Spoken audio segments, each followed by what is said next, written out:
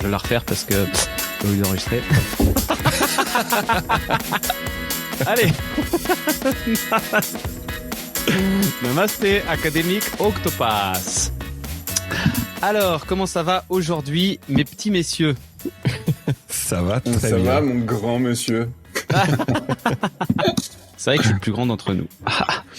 Et alors, aujourd'hui, bonjour à tous ceux qui nous suivent donc sur LinkedIn et sur YouTube. Aujourd'hui, épisode exceptionnel. Devine pourquoi, Arnaud? Bah, parce qu'on va pas parler de déviation. Ah, c'est vrai, mais autre raison, c'est mon anniversaire. Joyeux anniversaire. Bon anniversaire, Merci. Pam. C'est vrai, j'avais oublié. Et voilà. On est que de toi. Donc voilà, Alors, c'est mon moi, anniversaire je vois sur aujourd'hui. LinkedIn que le son est plutôt bon. Ouais, à part quand j'ai fait l'anniversaire, ça a dû saturer. Voilà. Ouais. Par contre, Très on bien. n'a pas de commentaires. Ah. Personne pour te souhaiter un joyeux anniversaire. Désolé, Paul Avril. Oh, c'est pas grave. Je couperai ça au montage. Bon. Alors, aujourd'hui, comme je le disais, on va parler sans détour des signaux faibles. Alors, est-ce que, Arnaud, tu pourrais nous ou Romain, hein, est-ce que vous pourriez m'expliquer pourquoi les signaux faibles et les déviations sont-ils aussi intimement liés? Bah, c'est simple. Plus tu traites de signaux faibles, moins t'as de déviations plus tard. C'est vrai. Alors, La réponse la plus courte du monde. c'est vrai. Mais alors, déjà, la pyramide de Bird. Est-ce que vous êtes familier avec ce concept? Moi, oui. Moi, oui. Mais peut-être pas donc nos auditeurs.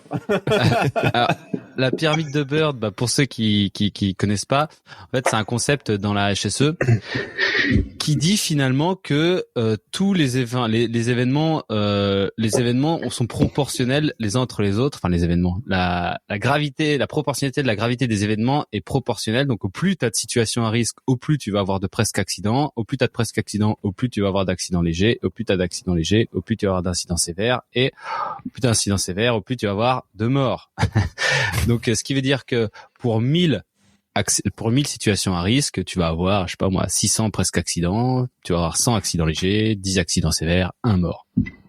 Et donc, en travaillant sur tes situations à risque, tu vas, je sais pas si on peut dire mathématiquement, parce que ça me paraît douteux, mais Logiquement. tu vas Statistiquement. voilà, statistique. C'est bien ça, les gars. Merci. C'est pour ça qu'on fait ça à plusieurs. Tu vas logiquement et statistiquement réduire la probabilité d'avoir des événements de gravité plus importantes. Et alors, pourquoi est-ce que c'est important de travailler sur les signaux, enfin, pourquoi est-ce que c'est plus intéressant plutôt de travailler sur les signaux faibles? Parce que c'est plus du préventif que du curatif. Voilà. Et parce que c'est Et plus... c'est plus simple. Voilà, Ouais, c'est plus facile. simple. C'est plus simple. Vas-y, c'est bon, je l'ai dit, c'est plus simple. Ah, c'est pas toujours plus simple. Mais disons que à partir du moment où tu l'anticipes, à partir du moment où en fait tu commences à traiter un truc que tu as identifié avant que ça ait généré un événement et donc une déviation et blablabla, t'as pas cette pression comme tu pourrais avoir sur une déviation, t'as pas, et donc pression d'aller vite, hein, quelque part. Ça veut pas dire qu'il faut traîner pendant 6 mois sur un signal faible, hein, mais du coup, tu peux avoir plus de temps aussi pour mieux réfléchir tes solutions, pour construire un truc plus pertinent, et donc, ouais, ça peut être une solution qui est plus difficile, hein. Clairement, ça peut, enfin, moi, pendant longtemps, j'ai dit signal faible, action simple, rapide. Ok, mais des fois, la bonne action reste une action qui va prendre du temps. Je l'ai vu quand j'ai accompagné un site l'année dernière sur ce sujet-là. La meilleure action, elle a pris plusieurs semaines à se mettre en place, mais par contre, elle a été ultra efficace. Mais du coup, t'as pas ce carcan système qualité, cette pression, libération, indicateur d'en cours de déviation, de temps de traitement, etc., blablabla. Et du coup, voilà. Là, surtout, en fait, c'est que t'as pas d'impact. Ça, il s'est encore rien produit. Ouais, t'as pas d'impact. Oui, ouais, t'as pas exactement. d'impact à gérer, Du coup, en fait, tu utilises ton énergie sur la cause et sur l'action et non pas sur l'impact, quoi. Là où les déviations, Bon, on a fait pas mal de live, hein, allez voir, mais c'est vrai qu'aujourd'hui, l'énergie est plus mise sur l'impact et la cause, des fois, c'est un peu bâclé, quoi. Donc alors, alors on en a déjà, on vient de commencer à en parler, hein, mais alors un signal faible, qualité, hein, qu'est-ce que c'est? On va peut-être pas donner une définition directement, mais on peut essayer d'en parler un petit peu. Un signal faible, définition du petit Robert. Pour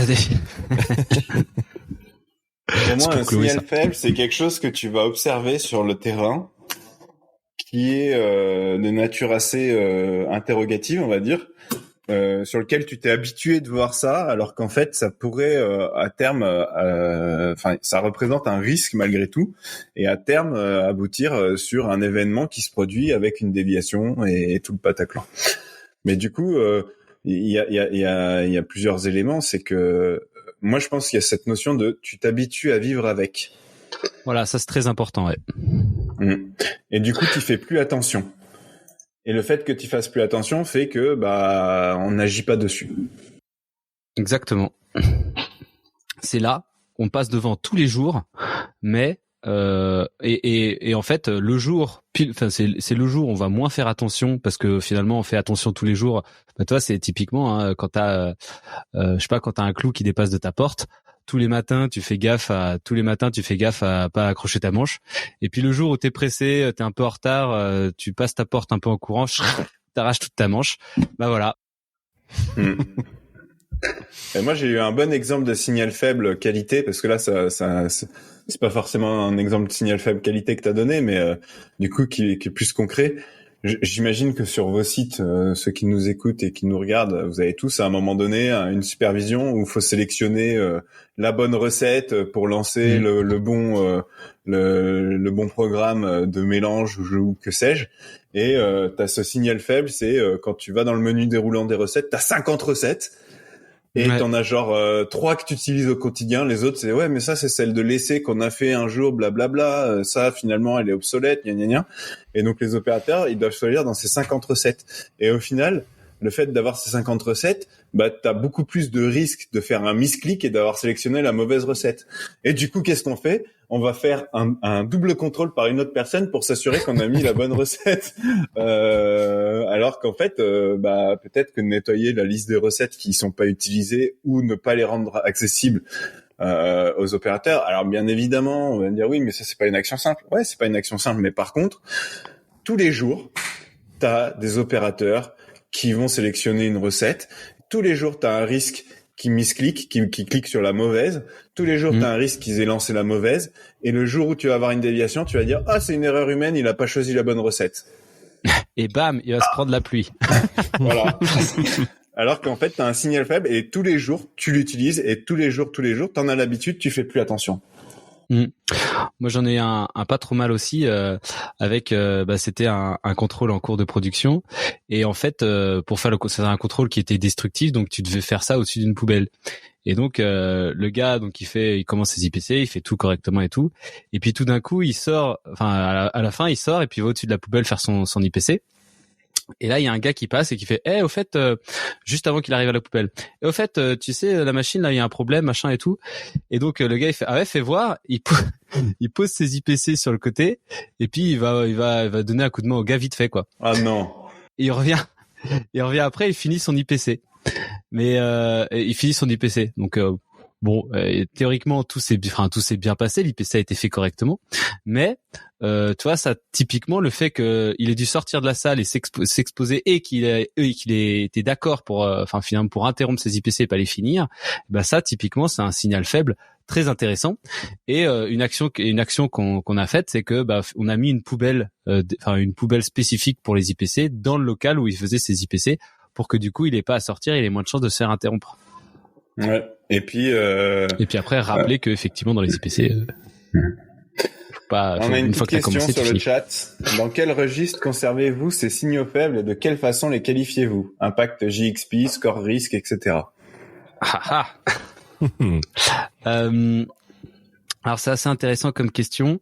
Nous on prend le parti, c'est que les signaux faibles sont en dessous des événements. Donc c'est-à-dire qu'un événement il s'est passé quelque chose, mais ça n'a pas d'impact. mais ça n'a pas d'impact. Donc l'événement, là, il s'est passé quelque chose et on sait pas. Enfin, il y a peut-être un impact, peut-être pas, mais dans tous les cas, on se pose la question. Signal faible, il s'est pas encore passé quelque chose, et c'est là où la frontière entre le signal faible et l'événement, elle est quand même assez mince. Parce que moi, je pense finalement que dans notre système de traitement on le verra dans un instant, hein, notre système de traitement des signaux faibles, il est parfois intéressant de remonter des actions qui sont issues d'événements qui se sont passés, qui ont été classés comme événements. Donc nous, on prend le parti. Ces trucs-là, de les remonter via un tableau de pilotage, un tableau de pilotage ficheanté papier. C'est chaque signal faible. Chaque signal faible va.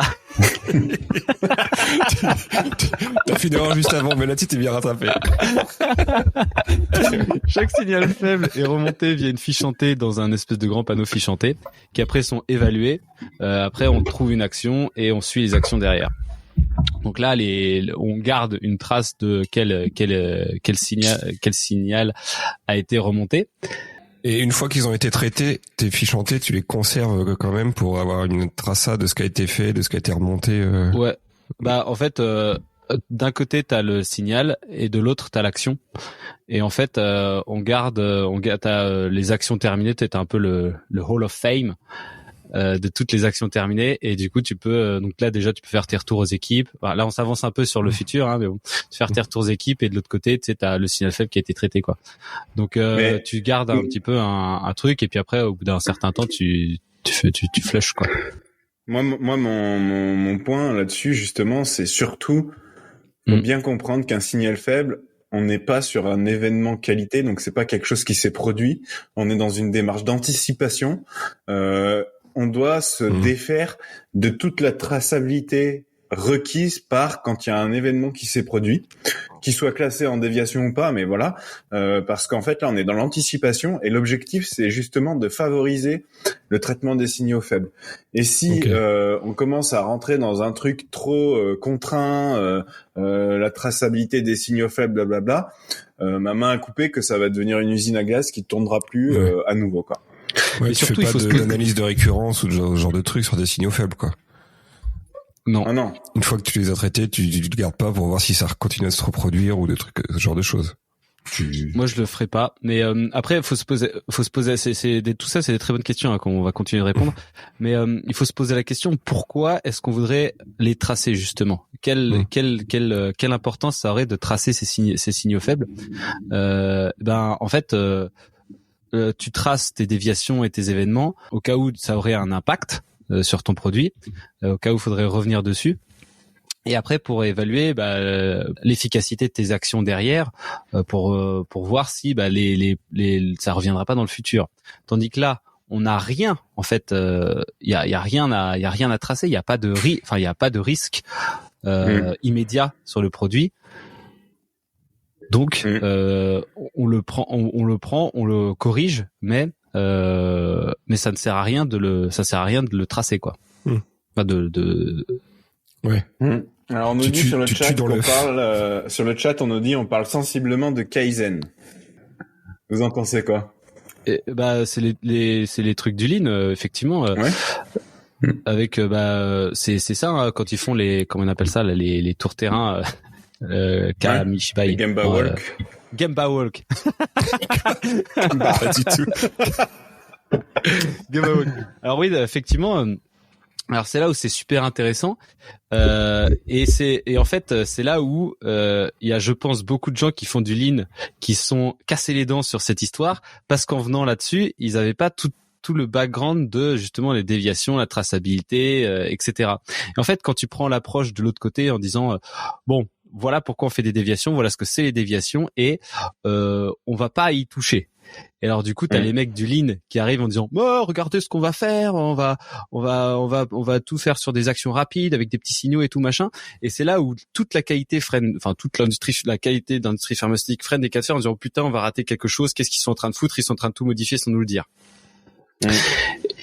en fait, en construisant l'approche de cette manière-là, en faisant une distinction très claire entre ce qu'est un signal faible et un événement et une déviation, eh bien, on rassure vraiment la qualité, et même la qualité est hyper contente de toute cette histoire parce qu'elle voit que ça augmente la présence terrain des managers, que ça corrige des dérives. Enfin, voilà. Et au final, ça réduit les déviations. Enfin, ça c'est important de l'avoir en tête, c'est que en fait, en traitant les signaux faibles, comme on l'a dit un peu en introduction, il y a un lien logique. Et donc, plus tu anticipes, plus tu traites tes signaux faibles, moins tu as de risque que ces signaux faibles aboutissent à des événements qui seraient des déviations. Et donc, est vraiment le projet qu'on a mené sur ce type de sujet l'année dernière, on a réduit de 30% les déviations, sans rien toucher à autre chose que à s'attaquer aux signaux faibles. Et après, si je reviens aussi sur la notion de Kaizen, ce matin, je discutais avec nos amis du cabinet de conseil Pulsa qui sont positionnés plus lean.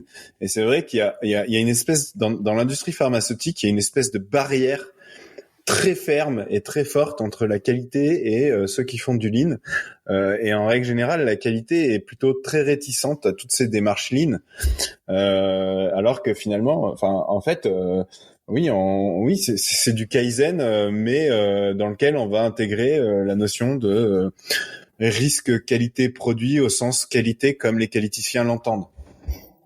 Et c'est juste le concept, la théorie est la même, mais c'est juste apporter l'élément avec un langage nouveau et en faisant le lien, comme tu disais, avec tous les systèmes qualité qui sont interconnectés, les déviations, les événements, les réclamations, etc., les change control, que finalement la qualité va accepter, va comprendre l'utilité et va même au final devenir moteur de l'utilité de l'action sur les signaux faibles.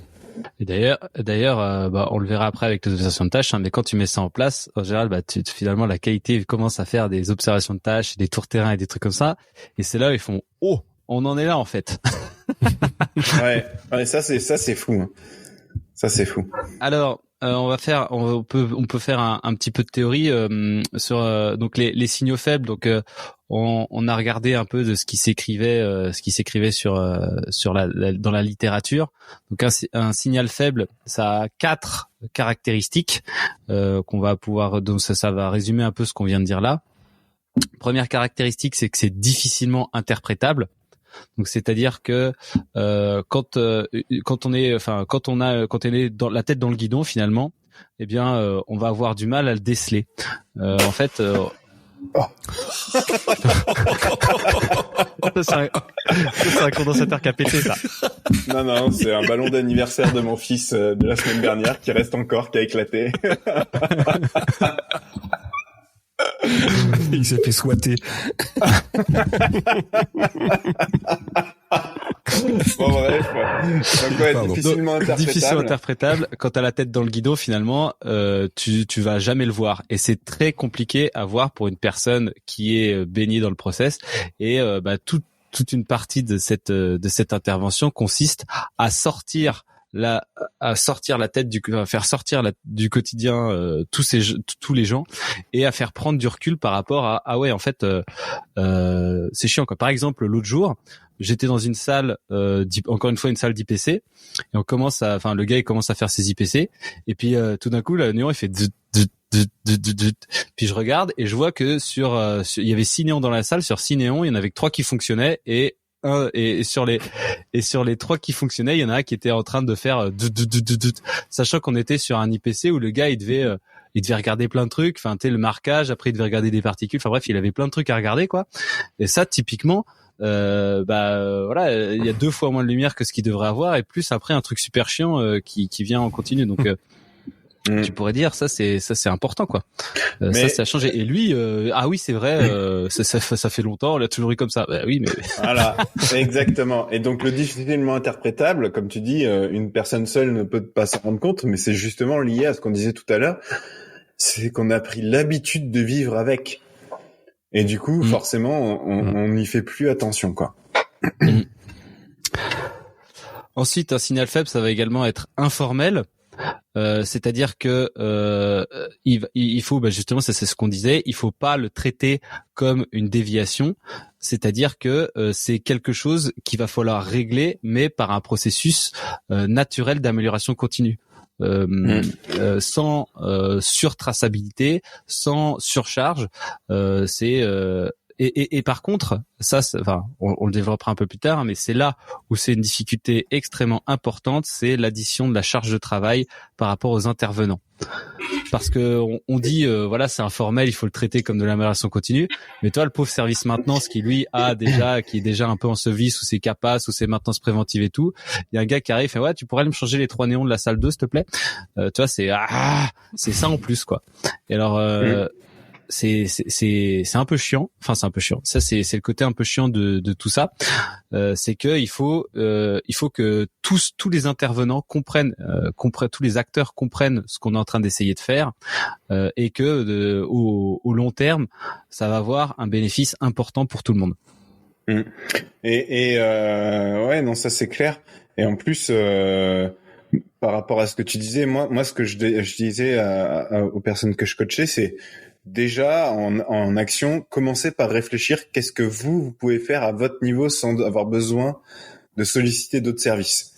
Si on trouve rien, on va y aller, mais déjà la première, tu vois, enfin parce que souvent tu te dis ouais, et ça c'est un peu le risque. Ah, on a eu un signal faible. Bon, il faut que la maintenance ou l'AQ fasse telle action, et puis en fait il se passe jamais rien, et là tu perds toute ta dynamique. Donc il faut essayer d'abord de trouver comment nous à notre niveau on peut régler le problème.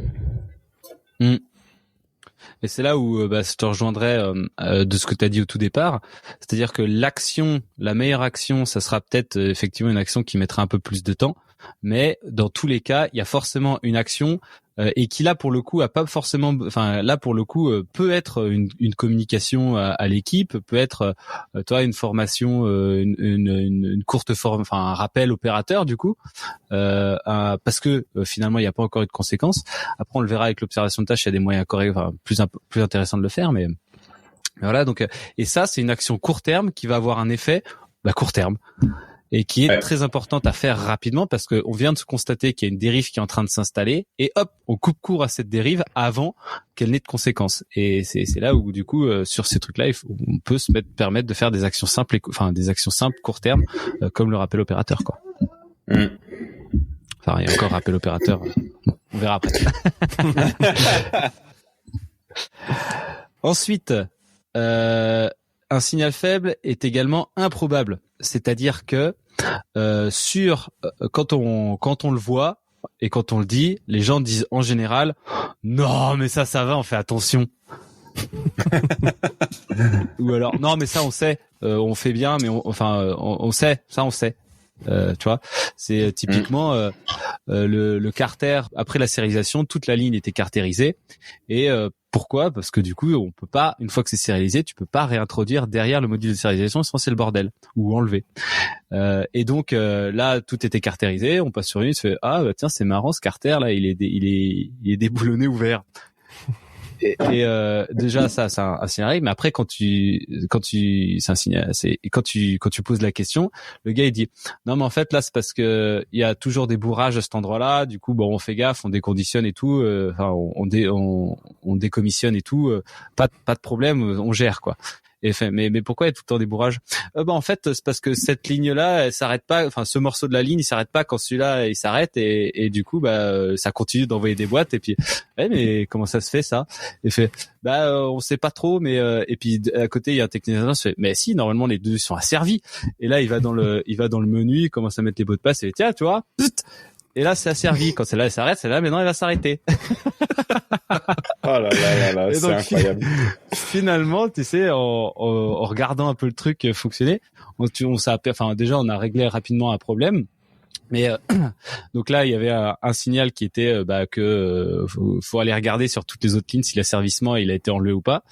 Ça fait des bourrages et que quand il y a des bourrages, ils déboulonnent. Donc c'est qu'est-ce qu'on pourrait faire pour arrêter ces bourrages et puis finalement communiquer sur le fait qu'on n'a pas le droit de réintégrer ici et que ces carters-là doivent être bien boulonnés correctement, aller vérifier sur les autres lignes si tout ça c'est bien fait quoi. Et avoir peut-être une marche à suivre quand t'as un bourrage quoi, qui permet de gérer le risque. Mais après ça, par contre, la marche à suivre quand il y a le bourrage, c'était bon, tout le monde savait le faire, tu vois. Ça c'était. Mais le problème, c'est la quantité de bourrage et finalement, quand au plus t'as de bourrage, au plus t'as de risques que même ta procédure, elle suive pas et puis que tu fasses une erreur et que tu te retrouves avec des produits non commissionnés dans le bazar, quoi. Ouais. Là, c'est encore, c'est exactement la pyramide de Bird. C'est au plus t'as de problèmes, au plus t'as de problèmes, quoi. Donc ça, pour le coup, ça c'était pour la probabilité. Donc voilà, si quelqu'un vous dit à un moment sur un truc, non mais ça va, on gère, ça vous pouvez vous dire, il y a peut-être un truc là. Ça marche surtout avec les bouts de carton dans la ligne ou les trucs. Enfin voilà, ça c'est souvent des trucs qui doivent lever un peu des red flags. Et du coup là on en a parlé depuis le départ, un signal faible est annonciateur d'événements. C'est un peu la corollaire de tout ce qu'on vient de dire, hein. C'est-à-dire que un moment ou un autre, même si c'est pas directement ce signal faible qui va le faire, enfin qui va le déclencher, c'est l'alignement de tous ces signaux faibles qui vont faire que on aura une déviation ou un événement plus majeur sur le produit. Ouais, c'est l'accumulation de tous ces signaux faibles au quotidien, quoi. Voilà. Avec c'est exactement ça. Il y a pas la clé, plus il y a pas la bonne clé, le mec serre pas forcément bien la vis, le truc se dessert et puis et toi alors que toi t'aurais pu dire là c'est marrant, ils ont pas le jeu d'outils nécessaire sur la ligne. Bing. Et là tu te retrouves avec un truc qui se dessert, un truc qui a moins de chances de se desserrer. Et ce qui est incroyable, c'est que au final, quand tu fais une investigation de cause sur les déviations, t'aboutis aux signaux faibles. En fait, les causes, c'est les signaux faibles que t'as pas vu avant et que t'as pas traité avant. C'est ça, exactement. En fait. Donc les signaux faibles, c'est les causes de vos déviations. Et c'est pour ça qui a fait ping. Non, mais c'est pour ça que non, mais ça je l'avais déjà identifié quand on avait fait l'accompagnement du site l'an dernier. Et c'est pour ça que quand tu traites les signaux faibles, tu réduis tes déviations. Parce que tu réduis les causes potentielles de déviation. Exactement. Et là, si vous êtes convaincu dans le chat, vous pouvez me dire, vous pouvez nous le dire. Mais par contre, ce qui est vrai et ce que dans le chat vous avez pas mal dit, hein, c'est que tout ça, effectivement, on n'invente rien. Déjà, il y a la HSE qui fait ça depuis des années et des années et des années, depuis les années 60, 70. Et il y a le Lean qui font ça aussi depuis très longtemps, quoi. Avec les tours terrain, les 5S et tout ça, ça fait partie de ça, quoi. Mais du coup, question philosophique, pourquoi en qualité on est autant à la ramasse sur ces sujets-là, quoi? Tout le monde le fait. Le Lean en amélioration continue, l'HSE, comme tu viens de le dire, ils le font, etc. Pourquoi en qualité on est à la ramasse? Moi j'ai un bout de question, j'ai un bout de réponse à ça, mais j'aimerais bien avoir votre avis. Je pense que c'est en qualité pharmaceutique déjà. Oui, pardon, en qualité pharmaceutique. Et je pense que ça vient de la traçabilité importante imposée à justement la résolution de problèmes dans la pharmacie, et surtout l'impact patient qui est pas du tout, qui est un peu décalé par rapport à l'industrie automobile, en tout cas. C'est-à-dire que dans l'industrie automobile, t'as le droit de faire un peu de conneries. Non mais tu vois, en gros, t'es plus sur un risque, t'es plus sur ton équipement. Est-ce que qui c'est peut aussi faire une empathé réclamation dans l'aéronautique, par exemple, qu'ils ont un peu le même. Je sais pas. Ça, je peux pas trop te dire. J'ai pas vraiment. Moi, la réponse que je donnerais, pourquoi est-ce qu'en qualité dans l'industrie pharmaceutique, on est autant à la ramasse sur ces sujets-là, c'est parce que c'est pas demandé par les BPF. Ouais, c'est vrai. Dans l'industrie pharmaceutique, ce qu'on fait en qualité, c'est parce que c'est demandé dans les BPF. Et on en revient toujours à ce même point sur lequel j'ai beaucoup râlé dans notre podcast, c'est marqué dans les BPF. En fait, on en oublie le sens de pourquoi on fait cette qualité. Et du coup, si c'est pas demandé par les BPF, c'est pas dans le scope de responsabilité de la qualité. Et du coup, ça fait pas partie du système qualité. Ouais, c'est vrai. T'as bien raison. Les signaux faibles sont pas du tout décrits dans les BPF, et puis ça vient aussi certainement de cette scission qui a eu lieu entre les BPF et ISO. ISO 9001, ils sont en train d'essayer de rattraper avec justement cette gestion du risque et puis ICHQ 9 et 10. Mais enfin qui rattrape. Mais c'est plutôt bien hein, que ça soit pas marqué dans les BPF. Hein. Parce que si demain c'est marqué dans les BPF, on va nous rajouter plein de lourdeur de traçabilité sur les signaux faibles. Pour montrer que ça pour montrer qu'on le gère. Mais malgré tout, au bout d'un moment, quand on fait de la qualité dans l'industrie pharmaceutique, le sens de ce qu'on fait, les signaux faibles, ça y participe entièrement. Mais ouais, moi j'aimerais pas que ça soit marqué dans les BPF en fait, mais j'aimerais qu'on pense à le faire malgré tout. Qu'on pense à le faire, ouais. Non mais voilà. Alors on arrive sur la demi-heure, donc avant de partir, on va s'arrêter là et le prochain coup on continuera bien sûr sur ce sujet avec la culture qualité, les observations de tâches. Enfin bref, on a une bonne petite série d'épisodes qui vont se lancer. Avant de partir, et n'hésitez pas à aller voir notre newsletter. Là, on a fait le premier kit vrai est sorti. Donc comment ça fonctionne. Donc là, si vous vous abonnez, vous allez recevoir un premier email. Du coup, il faut lire au moins les 3 premiers. Et après, du coup, vous pouvez vous éclater à déployer tout ça comme des boss sur votre site. C'est trop marrant, c'est assez cool. Et tous ceux qui sont inscrits sont assez contents pour l'instant. Donc c'est vraiment sympa. Voilà, Académie de la qualité efficace, allez sur notre site, il y a en haut à droite, vous abonnez, ça fonctionne. J'ai testé. tu mets le site, non, je vais le mettre. On remerciera aussi Florian dans le chat qui a été super actif. Ça s'est pas tout mis à jour, mais j'ai vu qu'il avait commenté chacun de nos faits et gestes, et notamment en nous expliquant que dans l'aéro, il y a aussi toute cette traçabilité exigée. Et que il y a un vrai écart au niveau des bonnes pratiques entre la France et les US, justement par rapport au BPF, quoi, ce qu'on disait. Hein. Mais aux US, ils ont sorti ce qu'ils appellent Mature Quality System Management, le QMM, je crois que ça s'appelle. QMM, et c'est très récent, hein, c'est 2023. 2023 qu'ils ont sorti ça. J'en avais un peu parlé pendant un moment, mais c'est ça en fait. Hein, mais pour avoir, par contre, ils insistent bien sur le fait que pour faire ça, il faut d'abord avoir implémenté complètement les BPF, d'abord avoir implémenté complètement ICHQ 9 et 10, pour après commencer à réfléchir à ça quoi. Ouais. Moi, je suis pas très d'accord non plus, mais moi non plus. Je pense que tu peux commencer à mettre ça avant, même si le reste est pas. Normalement, le reste, t'as ton agrément, c'est que quelque part, t'implémentes les BPF, quoi. Ouais. Bref. Enfin bon, merci à tous de nous suivre, et puis on se retrouve la semaine prochaine pour un prochain épisode. Voilà. Super. Allez. Salut. Ciao les poulpos. Salut tout le monde.